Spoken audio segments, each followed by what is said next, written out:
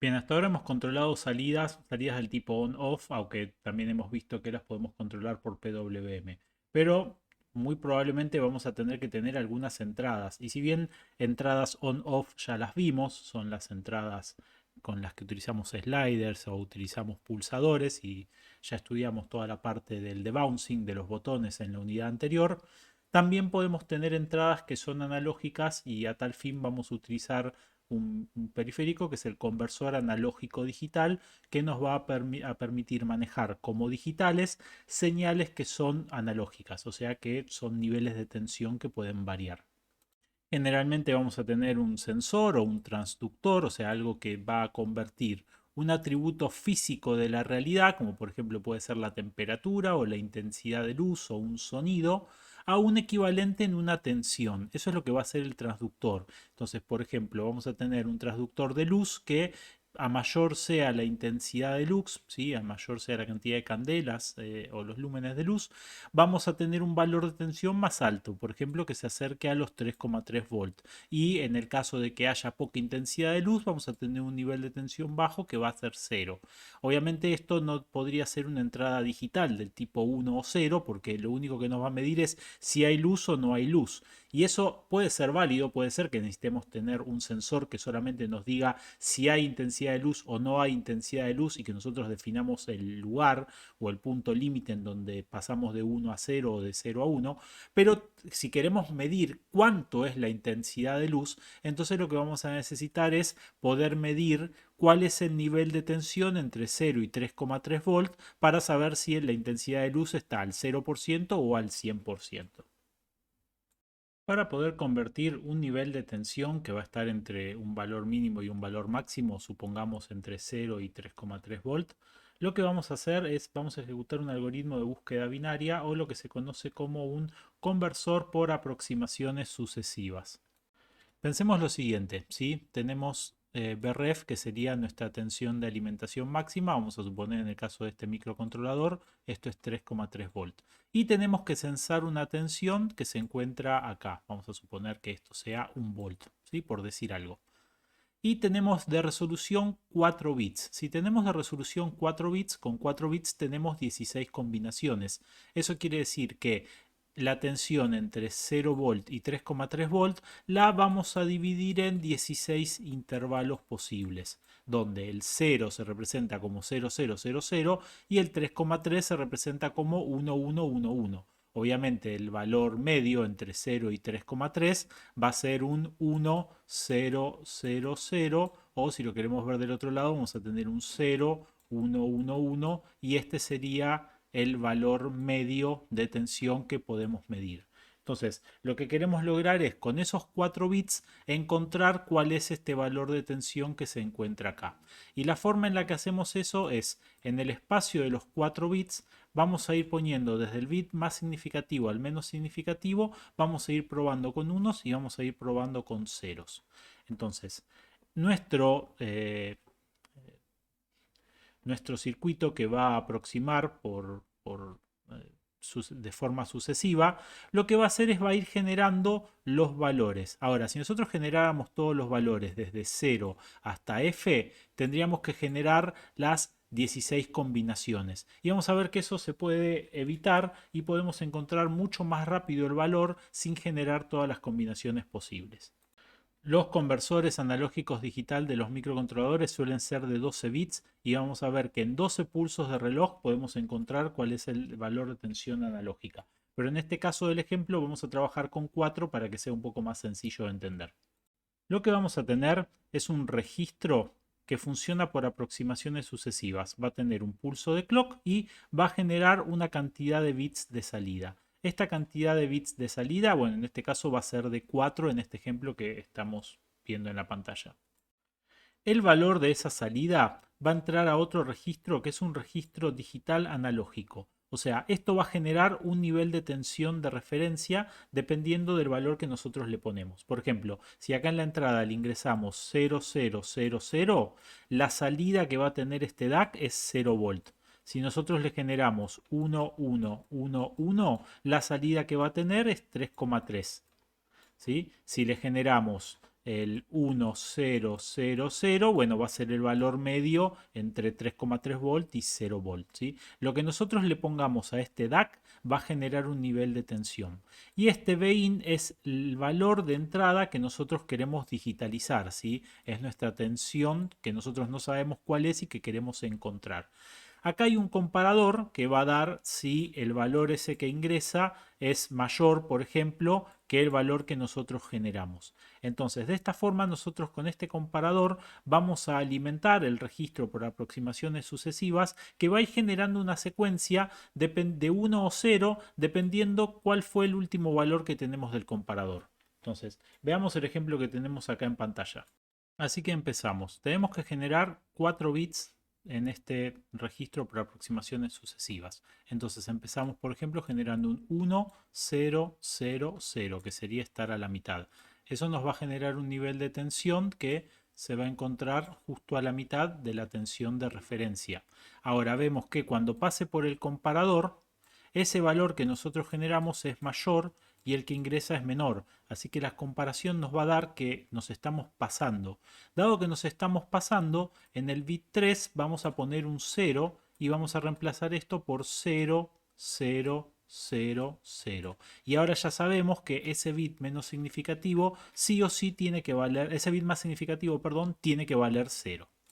Ahora, empezamos a calcular cuál es el segundo bit, ¿sí? El que está a la derecha, el segundo más significativo. Pero ¿qué pasa? Si estamos en 0000, vamos a estar por un nivel de tensión que está por acá abajo. Si estamos por acá abajo, estamos por debajo del valor que estamos tratando de encontrar. Así que este valor tiene que ser un 1 para acercarnos más a ese valor que está ahí de referencia. Así que el segundo bit va a tener que ser sí o sí un 1 y ahí acabamos de definir cuál es el valor del segundo bit. Ahora vemos que si tenemos 0 y 1 en el segundo bit, el nivel de tensión, el que tenemos, va a estar por arriba de la tensión de referencia. Así que el tercer bit va a tener que ser un 0. Y lo que sabemos es que ahora va a tener que haber un 0. Y el último bit, en la cuarta etapa, vamos a ver que si le tenemos que poner un 1 porque estamos por debajo. Así que vamos a tener 0, 1, 0, 1. Y ese es el valor digital de esa tensión analógica que acaba de entrar ahí. Para utilizar el conversor analógico digital en MicroPython, lo que hacemos es importamos el módulo de Analog Digital Converter, definimos por ejemplo en qué pines vamos a censar una tensión analógica y simplemente llamando a la función read obtenemos un valor. Dado que el conversor analógico digital es de 12 bits, lo que vamos a obtener es un valor que va a estar entre 0 y 4095. Así que si tenemos una resistencia, por ejemplo, que está justo a la mitad, entre 0 y 3,3 volt, vamos a leer 2048. En Wikipedia tenemos un excelente ejemplo de cómo funciona un registro por aproximaciones sucesivas y lo que vemos es, este sería el valor de entrada y cómo poniendo los unos y los ceros en este circuito realimentado podemos encontrar cuál es el valor binario con 4 bits más cercano. Así que les recomendamos que vayan a ver cómo funciona un registro por aproximaciones sucesivas en Wikipedia y van a ver una excelente cantidad de ejemplos donde muestra cómo podemos encontrar cuál es el valor de tensión de entrada y convertirlo del mundo analógico al mundo digital. Existe un elemento que podemos utilizar para medir la intensidad de la luz, conocido como LDR, Light Dependent Resistor, o una resistencia que depende de la luz. Es una resistencia, pero a diferencia de las otras resistencias que nosotros vimos en la unidad 1.1, que mantenían su valor independientemente de la corriente que circulaba por ellas, el valor en ohms de la resistencia va a variar dependiendo del volumen de luz, la cantidad de luz que le esté impactando esa resistencia. Y lo que tenemos es un gráfico donde nos indica que a mayor nivel de lux, lo que vamos a tener es un menor valor de resistencia. Entonces, cuando esta resistencia sea más baja en cuanto a su mínimo y su máximo, quiere decir que la está atacando una mayor cantidad de luz. Y mientras esta resistencia sea más alta, entonces va a tener menor cantidad de luz que la está atacando. Por ende, con un circuito en donde tenemos VDD y masa y nosotros medimos este punto medio y lo que tenemos es que esta resistencia va a variar dependiendo de la luz, lo que vamos a obtener acá es un nivel de tensión que está relacionado con la intensidad de luz que mide la resistencia que está ahí arriba. En el caso de Walkbee existe un módulo que tiene una salida digital y una salida analógica. La salida digital tiene un pequeño chip para comparar, como para generar un 1 y un 0, y nosotros con este TrimPod lo que hacemos es definimos el umbral que lo genera en 1 y en 0, pero a nosotros no nos interesa tener una entrada 1 y 0, sino que nos interesa leer cuál es el valor en lux de la iluminación de la luz. Entonces tomamos la salida analógica, la conectamos a un microcontrolador, la conectamos al microcontrolador y bueno, definiendo ese pin como un pin de analógico digital, leemos el valor y cuando leemos el valor obtenemos una representación en binario de la intensidad de la luz. Haciendo clic en el módulo vamos a tener un slider en Walkbee como para cambiar la intensidad de la luz y con eso simular las condiciones de medir luz en el medio ambiente. De la misma manera tenemos otro tipo de resistencias, el NTC, que es una resistencia que depende de la temperatura. Es similar al LDR, pero ahora mide el coeficiente de la temperatura. Walkbee también tiene una placa con un partidor resistivo, el cual nos permite ya leer directamente el valor de tensión. Y lo que tenemos es un gráfico que nos indica, dependiendo del valor de temperatura, el nivel en ohms de la resistencia que va a generar el NTC. Entonces esto en un circuito como el que vimos anterior, con otra resistencia fija, nos va a dar un nivel de tensión entre 0 y 3,3 volt, que es vendría a representar esta curva que está acá. No siempre va a ser lineal. Fijémonos que esta no es lineal, pero casi como que es lineal, y podemos utilizar este elemento analógico para medir la temperatura del ambiente.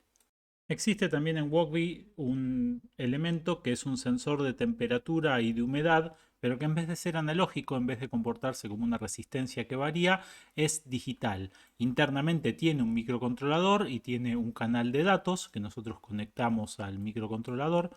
Y existe una biblioteca en MicroPython, ya interna de MicroPython, que es la DHT22. Y lo que hacemos es, llamamos a la función medir, sensor.measure, y esto lo que va a hacer es va a hacer una medición de temperatura y de humedad, y luego con las funciones .temperature y .humidity lo que vamos a leer son los valores de temperatura y humedad ya en valores digitales. Esto es un módulo digital para nosotros, internamente tendrá toda la electrónica necesaria para convertir de analógico a digital, pero nosotros lo leemos con un protocolo de datos, y haciendo clic en el dispositivo en Walkbee podemos cambiar la temperatura y la humedad. Para medir una distancia vamos a utilizar uno de estos módulos conocidos como el HC-SR04, que es un sensor ultrasónico para medir distancias. Y la forma en la que funciona este sensor es, bueno, lo alimentamos con BCC y GND y luego tenemos dos pines, uno de trigger, o sea, de gatillo, y otro de eco, de retorno. Y lo que hacemos es generamos un pulso en el trigger y eso lo que va a hacer es va a emitir un pulso por ultrasonido con el emisor. Ese pulso por ultrasonido va a rebotar contra algún elemento y mientras después de haberse emitido ese pulso, el pin de eco se va a poner en 1 y cuando recibe la respuesta se va a poner en 0. Por ende, el tiempo que está en 1, esta salida de eco, es una representación de la distancia que tenemos entre el sensor y el elemento que estamos sensando, generalmente una pared. Entonces, midiendo ese tiempo que está en 1, la señal de eco, podemos calcular una distancia. Walkbee nos deja incluir ese módulo y utilizando esta biblioteca que ahí arriba tenemos publicada, hcsr04.python, esto se encarga de hacer toda la secuencia, toda la comunicación, y simplemente declaramos un elemento de ese tipo de clase donde le decimos en dónde tenemos conectado el trigger, dónde tenemos conectado el pin de eco, y luego sensor.distance en centímetros nos devuelve la distancia en centímetros que mide y con Walkbee lo podemos simular. Bien, todo lo que vimos hasta ahora son salidas y son entradas, algunas de tipo analógico las salidas suelen ser tipo on-off, salidas medianamente simples, pero llega un alcance de las cosas que podemos hacer con ese tipo de salidas y esas entradas, y a veces lo que vamos a hacer es vamos a tercerizar una funcionalidad en un dispositivo externo y nos vamos a tener que comunicar con ese dispositivo para comandarlo o para censar un valor, y ahí vamos a utilizar salidas o entradas de datos. Y vamos a ver ahora protocolos y formas de comunicar nuestro microcontrolador con otro microcontrolador o con un dispositivo del otro lado que requiere un protocolo de comunicaciones. En la teoría se definen tres esquemas de comunicación. Hablamos de comunicación cuando dos o más dispositivos intercambian datos o información entre ellos. Y vamos a ver que hay tres esquemas muy claros. En el esquema simplex tenemos un dispositivo, por ejemplo el dispositivo A, y la comunicación es unidireccional hacia el dispositivo B. O sea, el dispositivo A envía información y el dispositivo B la recibe. Y ese tipo de comunicación es simplex. Ahora, en el caso de que B tenga que devolver información, entonces vamos a trabajar con un esquema que se llama half duplex, en donde en un primer instante A, por ejemplo, le envía información a B y en un instante de tiempo, o sea, después, futuro, B puede responder por el mismo medio hacia A, invirtiendo el sentido del canal. Este es el tipo de comunicación half duplex. Y si lo que queremos es que tanto A como B puedan transmitir y recibir todo el tiempo, vamos a tener dos canales de comunicaciones, esto es como tener dos simplex, donde A se puede comunicar con B y B se puede comunicar con A por canales independientes todo el tiempo. Así que pensemos lo siguiente, imaginémonos que el microcontrolador le tiene que enviar una palabra de datos de una determinada cantidad de bits, por cada bit que va a transferir va a haber un cable, a un dispositivo esclavo. El problema que tenemos acá es que cuando el microcontrolador escriba una determinada cantidad de unos y ceros, ¿sí? ¿Cómo hace el dispositivo esclavo para saber en qué momento tiene que leer ese valor de la entrada? O sea, podría estar leyendo todo el tiempo, pero ¿qué pasa si está leyendo todo el tiempo y el microcontrolador en un momento hace un cambio de un bit de 1 a 0, pero todavía no terminó de cambiar el resto? Este dispositivo esclavo va a leer un valor intermedio que no tendría que haber leído. Así que cuando tenemos un tipo de comunicación en paralelo, si bien los datos van a salir todos en paralelo, vamos a necesitar una línea que le indique al dispositivo esclavo en qué momento tiene que leer esos valores que está recibiendo en paralelo. Así que lo que necesitamos es una señal de sincronismo, y esto ya lo conocemos, es lo que llamamos una señal de clock. Una de esas líneas va a ser una señal de clock, y vamos a ponernos de acuerdo que, por ejemplo, en el flanco descendente es cuando el dispositivo esclavo tiene que leer, entonces entre descendente y descendente el microcontrolador tiene tiempo de actualizar cuál es el valor que va a salir en paralelo, y cuando genera el flanco descendente el dispositivo esclavo va a leer los datos en paralelo. Algo que nos tiene que quedar muy en claro de esto es que si bien el dispositivo esclavo puede estar a metros o inclusive a kilómetros de distancia, las alimentaciones muy probablemente no sean las mismas, pero sí tenemos que tener unidas las masas, si no, no hay forma de que circule corriente, y si no circula corriente no podemos definir niveles de tensión de 1 y de 0 para poder indicar los valores binarios que queremos transmitir.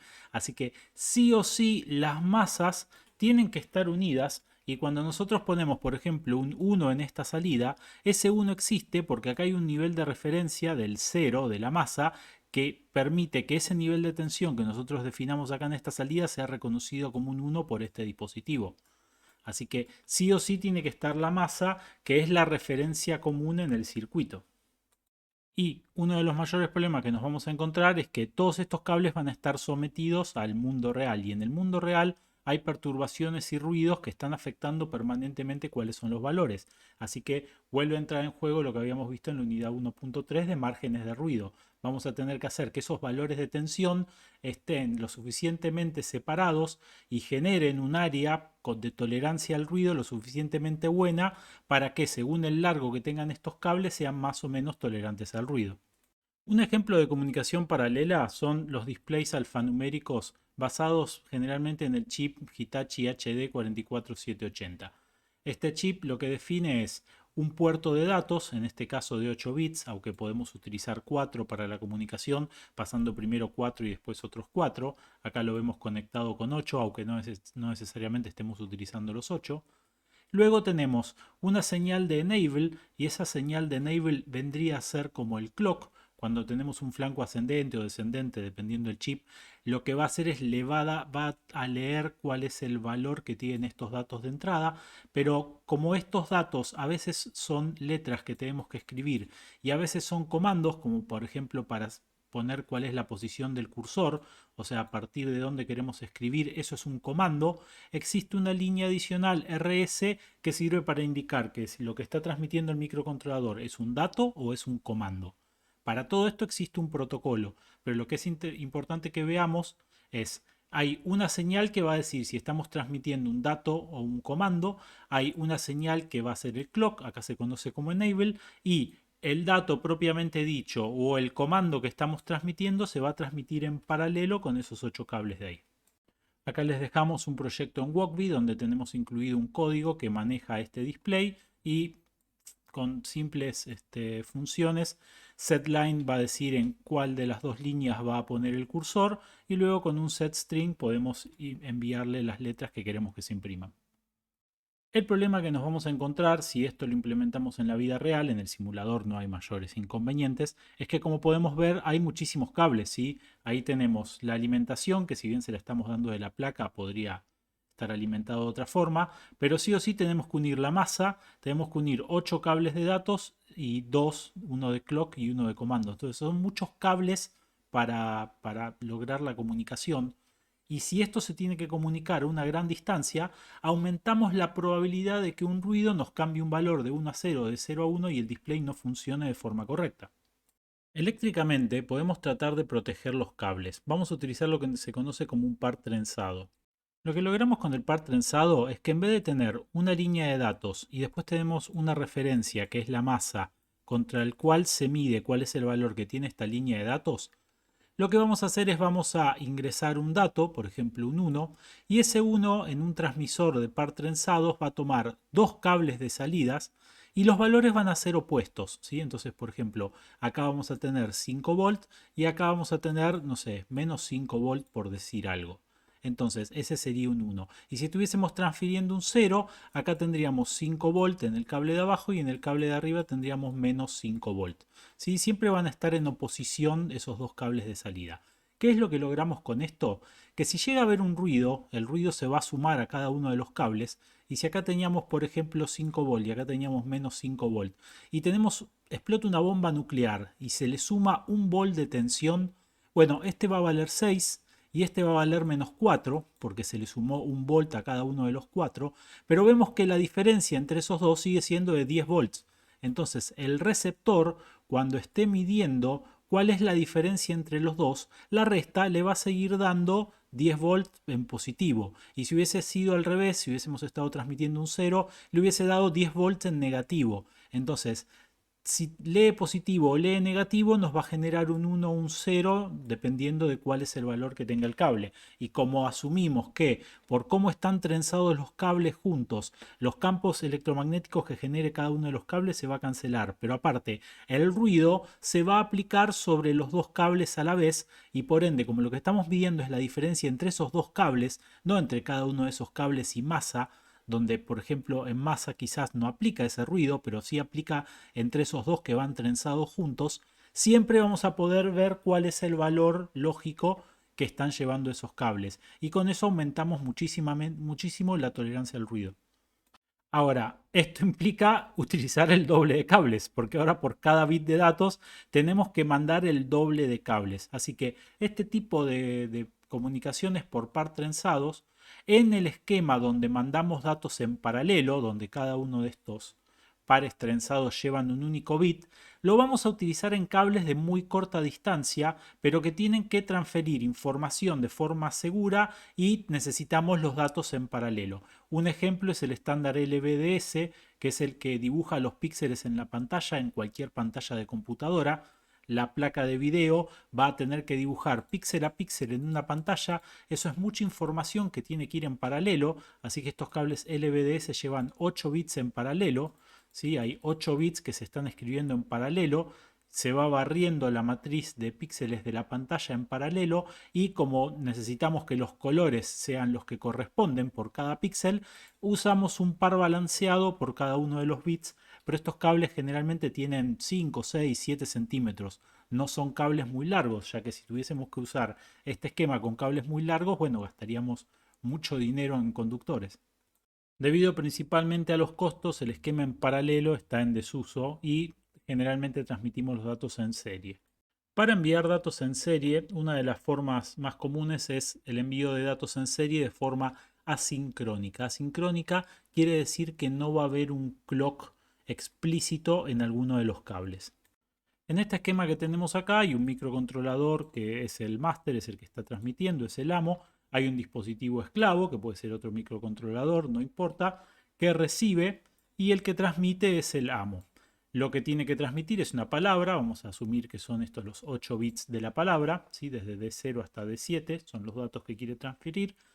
Y eso tiene que llegar al dispositivo esclavo, y lo que vamos a hacer es obviamente unir las masas, porque para que los valores que salgan por el cable ETX puedan ser entendidos en el RX del dispositivo esclavo, pero vamos a transferir de a un bit a la vez. Y lo vamos a transferir a lo largo del tiempo. Primero vamos a transferir el bit 0, después vamos a transferir el bit 1, el bit 2 y así hasta llegar al último bit. Ahora, ¿cuánto tiempo vamos a dejar un bit en el estado que corresponda? Supongamos que el bit 0 es un 0 y el bit 1 es un 1 y el bit 2 es un 1. ¿Cuánto tiempo vamos a dejar la línea en 0 para después pasar al 1 para después seguir manteniendo en 1? Lo que necesitamos es algo que nos vaya marcando el tiempo, como si fuera el metrónomo en un piano, ¿sí? Algo que nos dé la referencia de tiempos. Bueno, eso que es un clock que va a estar ejecutando tanto en el microcontrolador como en el dispositivo esclavo. Y ese tiempo, cuánto tiempo tenemos un bit en particular en la salida para poder leerlo en la entrada, es lo que se conoce como el baud rate, y ese baud rate tiene que estar de acuerdo entre los dos dispositivos. Entonces, por ejemplo, si el dispositivo maestro transmite a 19.200 bits por segundo, este dispositivo de acá tiene que estar configurado para recibir a 19.200 bits por segundo. Si este está configurado para recibir a más o a menos, entonces la comunicación no va a funcionar. Por ende, este tipo de comunicación a priori tiene que tener configurado tanto en el transmisor como en el receptor la misma velocidad, el mismo clock, el mismo baud rate. Y ahora, si bien nosotros ya nos pusimos de acuerdo en cuántos bits vamos a transferir por segundo, y eso básicamente nos da cuánto tiempo dura cada uno de los bits en sus múltiplos de segundo, lo que necesitamos es una señal de forma tal que el transmisor le indica al receptor que vamos a comenzar una transferencia de datos. Entonces, para eso se utiliza en el primer momento, en el tiempo cero, una señalización que es el start, que le indica al receptor que a partir de ahora van a venir los bits de datos.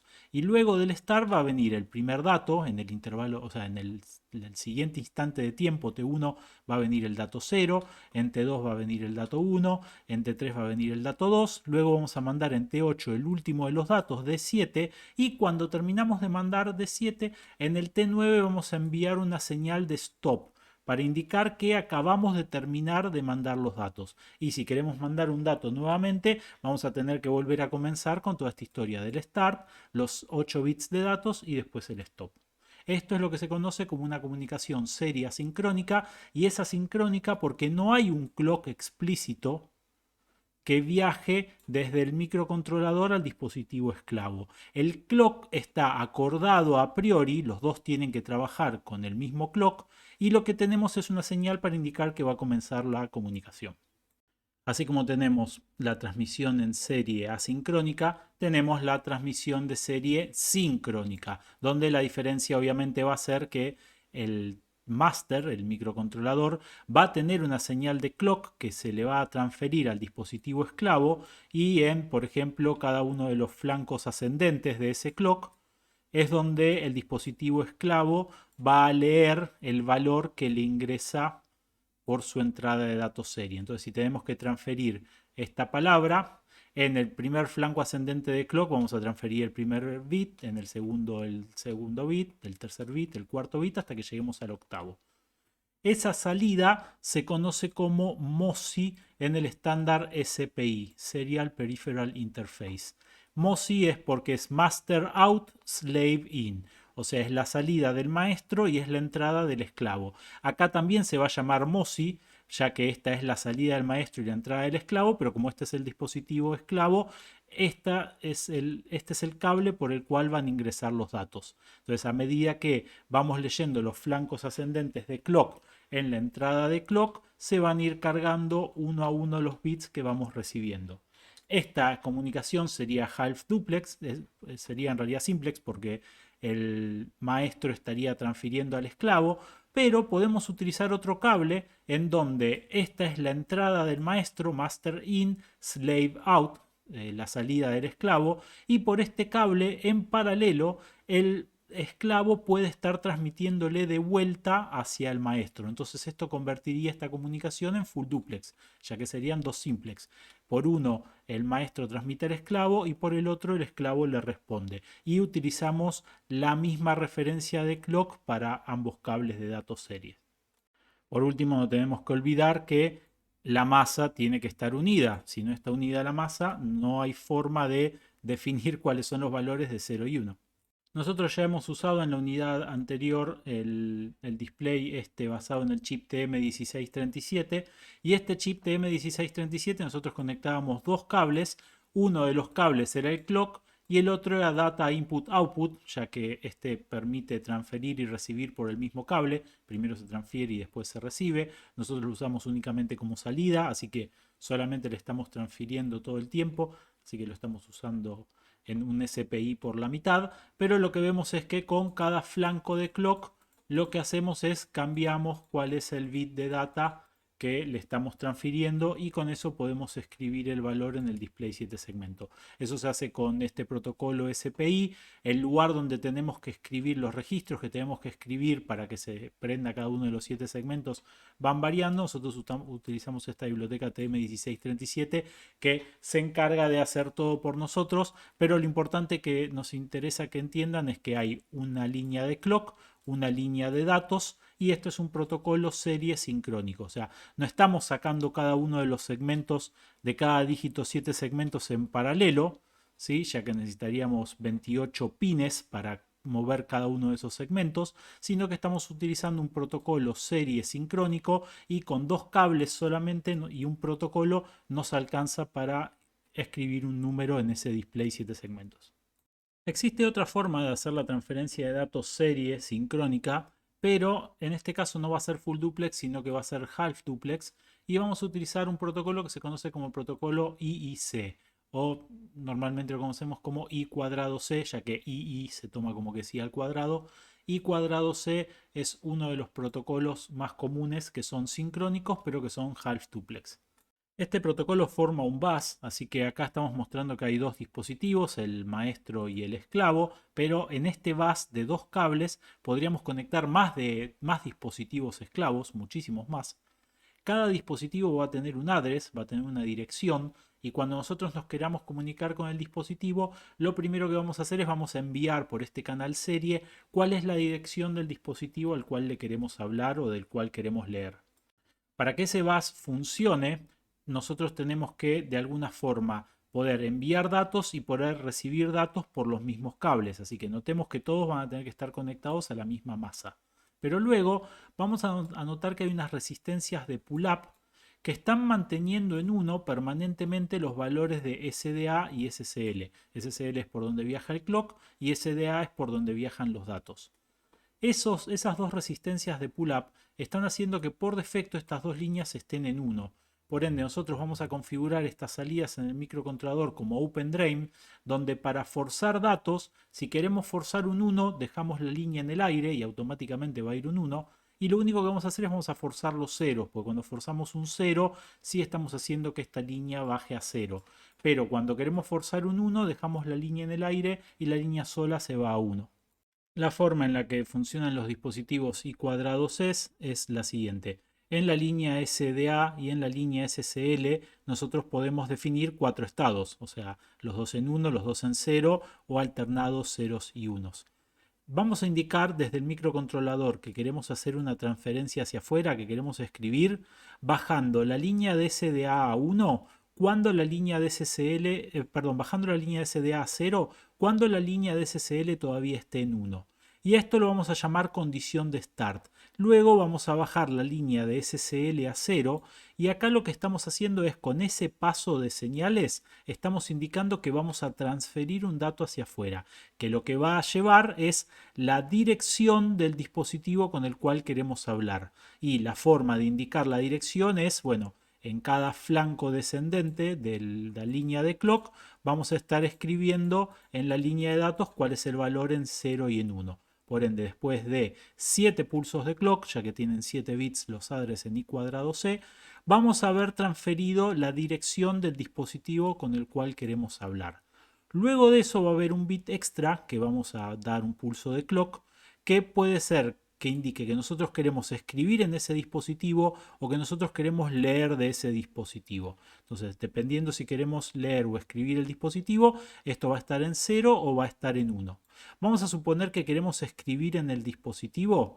Bueno, entonces lo que vamos a hacer es, cuando ponemos la señal de escribir, el dispositivo nos va a devolver un acknowledge, o sea, una notificación de que ese dispositivo está evidentemente conectado en este bus y cuadrado C, porque podría no estarlo, o podríamos no tener el address correspondiente. Entonces lo que hacemos nosotros es, dejamos que la línea SDA se vaya a 1, leemos el valor de la línea SDA y si la línea SDA está en 0, quiere decir que este dispositivo está forzando ese 0 en SDA y sabemos que el dispositivo se encuentra efectivamente conectado a ese bus. Y a partir de ahí le escribimos el comando que queramos escribirle. Existen unos conversores que convierten de ese protocolo I cuadrado C a salida en paralelo, lo cual es muy útil porque con 2 cables estamos generando salidas de 8 cables en paralelo y esos conversores suelen ser encontrados en estos displays alfanuméricos que atrás tienen ese conversor integrado de forma tal que con 4 cables, o sea la alimentación, el cable de datos y el cable de clock en I cuadrado C, nosotros podemos comunicarnos con este dispositivo ya no con cables en paralelo como vimos anteriormente, sino que enviando datos por ese protocolo I cuadrado C. Así que para utilizar esto acá les dejamos un proyecto en Wokv que ya tiene todas las funciones para comunicarse por I cuadrado C y importando el módulo este I cuadrado C que está definido en esos archivos .python, lo que hacemos es ponemos cuál es el address del dispositivo que nos queremos comunicar. Esto viene en la hoja de datos del chip que estamos utilizando para convertir de I cuadrado C a GPIO. Indicamos en qué pin se encuentra el clock y en qué pin se encuentran los datos. Luego le damos las características del display, cuántas columnas y cuántas filas tiene. Y a partir de ahí tenemos comandos como print para escribir en pantalla y un comando setCursor que nos deja como en una matriz elegir en qué lugar queremos poner el cursor para que a partir de ahí se empiece a imprimir el texto que le mandamos con print. Por último vamos a ver un elemento que también se transmite serie, que son las tiras estas de LEDs RGBs. RGBs es rojo, verde y azul, que nos permiten definir el color de un LED. Y este protocolo funciona en serie de la siguiente forma. Durante un tiempo mayor a 50 microsegundos dejamos la línea en 0 y lo que estamos transmitiendo es una señal de reset para que los LEDs se reseteen. Y a partir de ahí, si queremos transferirle un 1, lo que tenemos que hacer es mantener un 1 durante 90 microsegundos, durante 0.9 microsegundos, o sea 900 nanosegundos, y después por 0.35 microsegundos, o sea 350 nanosegundos, transferimos un 0. Y esto, cuando el RGB lo lee, va a entender que le estamos transfiriendo un 1. Si le queremos transferir un 0, entonces 350 nanosegundos en 1 y 900 nanosegundos en 0. Y mandando unos y ceros 24 veces, son 24 bits, nosotros decimos cuál es el color que tiene que tomar un LED en particular. Entonces son 24 bits, esto es porque son 8 bits para definir el rojo, 8 bits para definir el verde y 8 bits para definir el azul. ¿Sí? Así que esto es R, G y B. Ojo porque hay algunos que intercambian el orden, son R, B y G, pero bueno, eso depende de la tira de LED que nosotros compremos. Y si nosotros transferimos los 24 bits, 8 para el rojo, 8 para el verde y 8 para el azul, estamos definiendo cuál es el color que tiene que tomar ese LED en particular. Ahora, estas tiras de LED conectan un LED a continuación del otro, entonces los primeros 24 bits son para el primer LED de la cadena, pero después podemos transferir 24 bits más que van a ir a parar al segundo de la cadena y 24 bits más que van a ir a parar al tercero de la cadena. Y así podemos transferir de a bloques de 24 bits según cuántos LED tengamos en la tira o en la cadena. Lo que vamos a utilizar nosotros es la biblioteca que ya tiene MicroPython, que se llama NeoPixel. En NeoPixel le decimos cuál es el pin de salida. En este caso tenemos D12, que es esa salida de datos que va a generar estos valores para 1 y para 0. Y luego le indicamos cuántos LEDs hay en la tira. En este caso, si usamos este anillo, ahí hay 16 LEDs. Así que puede haber más, pero no importa. Nosotros ponemos cuántos queremos manejar. Y a partir de ahí, con este formato vectorial, nosotros le indicamos los valores para rojo, para verde y para azul, ¿sí? En valores de 0 a 255 porque son 8 bits. Y luego hacemos np.write y los valores que tengamos definidos en los vectores se van a transferir y se van a poner los LEDs del color que le indicamos utilizando ese vector.